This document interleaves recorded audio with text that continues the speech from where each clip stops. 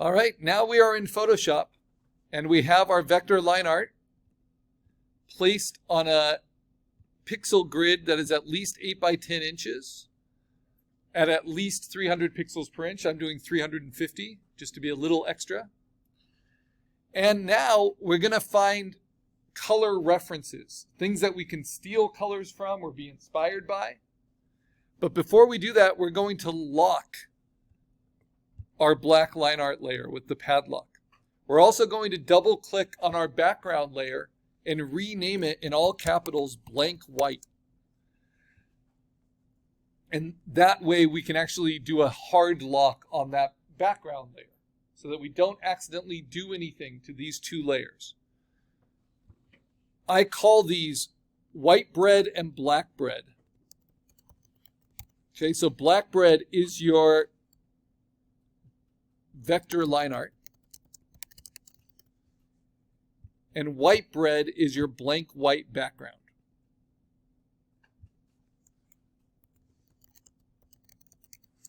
And what we're going to learn is how to make a digital coloring sandwich. And a sandwich has stuff in between the two layers of bread, right? So white bread on the bottom, black bread at the top. So click on now the white bread layer so that when we drag in color reference, it's going to go on top of the white bread but underneath the black bread.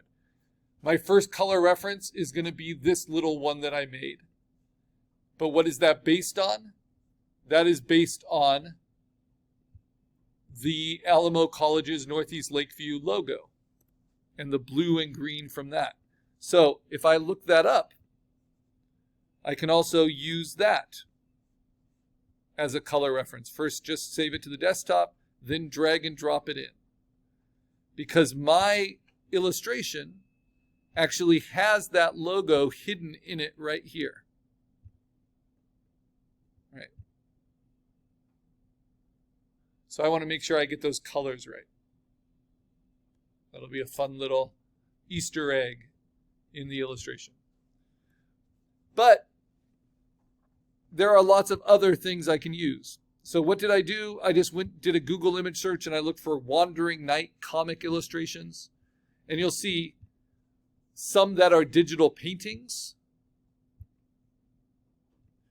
And these are not as useful as color reference for this project. You know, this is video game concept art. And the reason it's not as useful is you can just see there's thousands of colors in every texture, right? And there's no clean line art. This is what's called digital painting. So instead of that reference, what's going to be more helpful are ones that are like this, that are contained by lines. Doesn't matter how big they are, right? But this one's really useful because it's got a few different greens that might be useful to me if I like them. So I'll save that to the desktop. And then there might be similar ones, you know, for doing armor. Or I like the blues in that.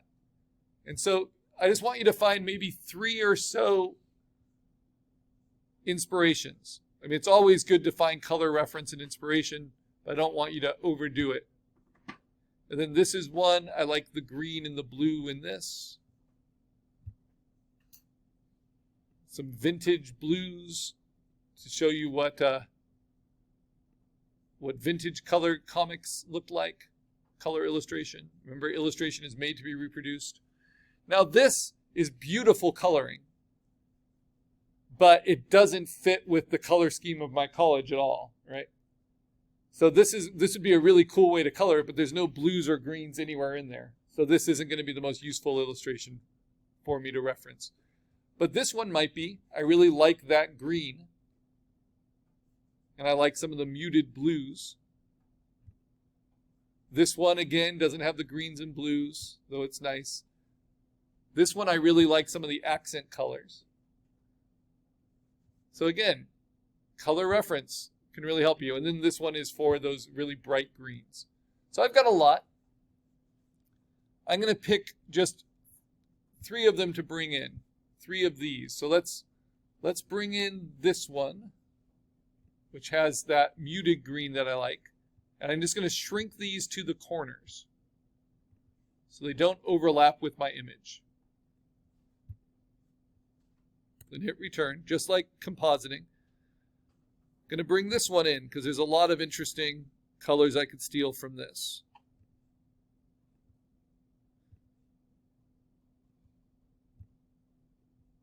Maybe I'll move it over here. Like some browns. And let's see, I think this one, that's got some nice greens besides that one muted green. And it's okay to make them pretty darn small because you're going to see it's going to be easy to take color from them. And if you want to be a little extra, you can bring in a few more just as long as you don't find them overwhelming. I'm going to bring in this old Captain America issue because I like the jewel tones. And I think there was just one more, this one, which has some pinks that are nice. They kind of complement the greens. I'll tuck it into this corner. Okay, so now I've got a lot of color references. How can I organize those? Well, right now all of them are between my pieces of bread. So I'm going to hold down Shift and select all of them, put them into a folder, call that folder color reference. And then I'm going to lock that entire folder. So everything's locked. Now it's time to start coloring. And we color in what's called flat color. So I'm also going to show you within the assignment itself, underneath my little handout of the lemon, we are now on this stage. How do we color with flat color behind our vector line art? And there is a link to my exhaustive explanation of digital coloring. Coloring used to be quite easy before the mid-90s. That's because coloring used to be limited to these colors. These were the only colors that could be really routinely reproduced accurately. They are 20% formulations of the ink cyan, magenta, yellow, and black because they all had to be mechanically separated. This is before digital printing. So when you look at an old comic book cover that was done before the 1990s like this, you can see those colors being used. And why I say it was easier is because it's nice to have those limitations. Oh, I want a gray background behind Captain America on the key art flag. Well, I'm going to use that one because I don't have that many options. I want a light blue. Well, I'm going to use that one. I want a dark blue. Well, I'm going to use that one. I want a yellow that's not only for the suit but also for the background. Well, I'm going to use 100% yellow. But it works. But the difficulty is putting the colors in the right place. Now we have thousands and thousands of digital colors we can use. So the trick to flat color is choosing the right colors, right? And here is a blog that's all about digital coloring and features some of my favorite working colorists. And it shows their steps. So this is the clean line art right here. The next step is something called flatting.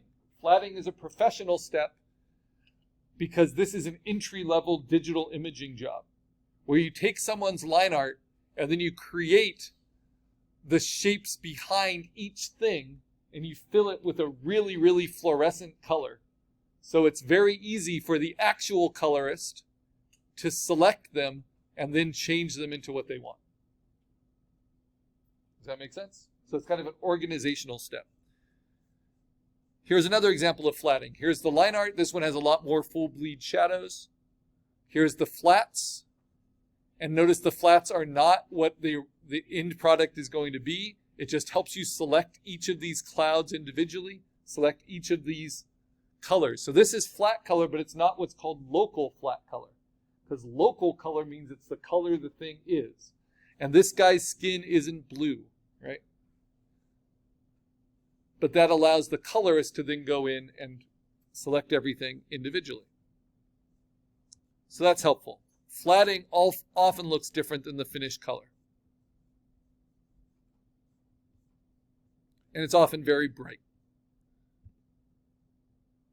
So flats, finished color.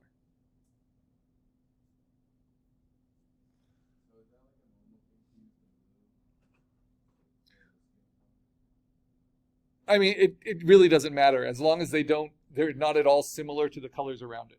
So I show you that because what do flatting artists usually use? They use this palette. The ones that are all 20% off of each other, like the old coloring palette. And you can actually just do a screen grab of this and use this if you want. Like I'll do that right now. If we just want to block in color.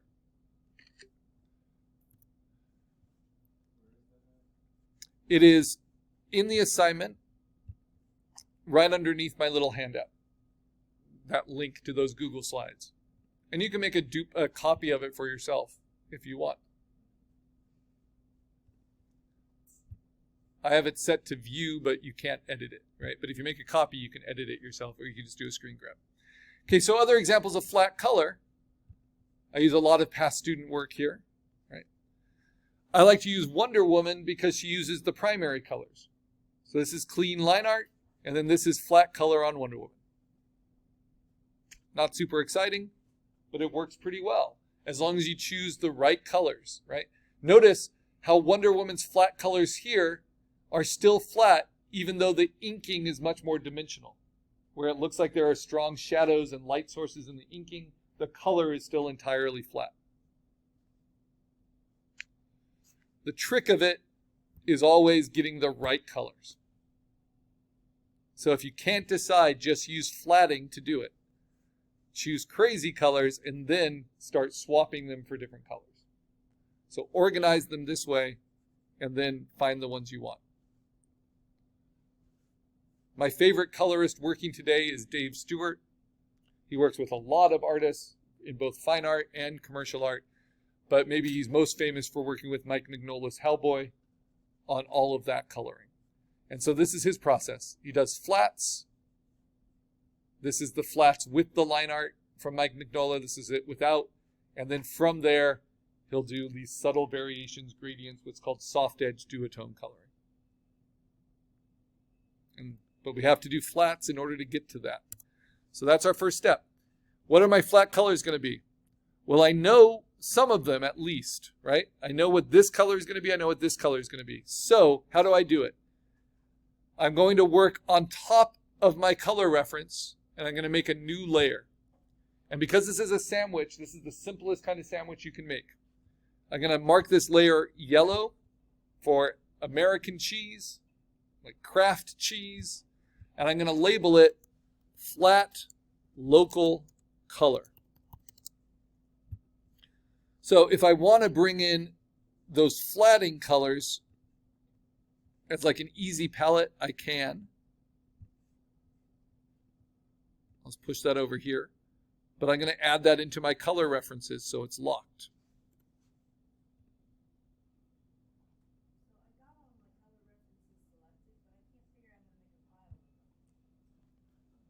So you want to hold down Shift, and then you're going to click on the little folder icon that's at the bottom of them, and that will group them all into a folder. So this is going to be my flat local color. It goes on top of my color references. I'm going to mark it yellow like American cheese, and that's going to be the only layer that's unlocked. Now, I'm going to use my magic wand to select the spaces I want to fill. And I'm going to select them from my black bread layer, my black ink. So first I'm going to select this, and then I'm going to use the paint bucket tool, which is under the gradient tool, halfway down your tools. And I'm going to hold down Option, and that's going to change my paint bucket to the eyedropper tool, and it lets me steal that color directly. Now, I can't paint on my locked layer, both because it's a vector and because it's locked. So I go to my flat color layer and I paint it in on that layer. So that's my first filled in shape. Okay. Now I know what this is going to be. First I select it with my magic wand from my line art layer. And I have contiguous on, and I'm at 32. And then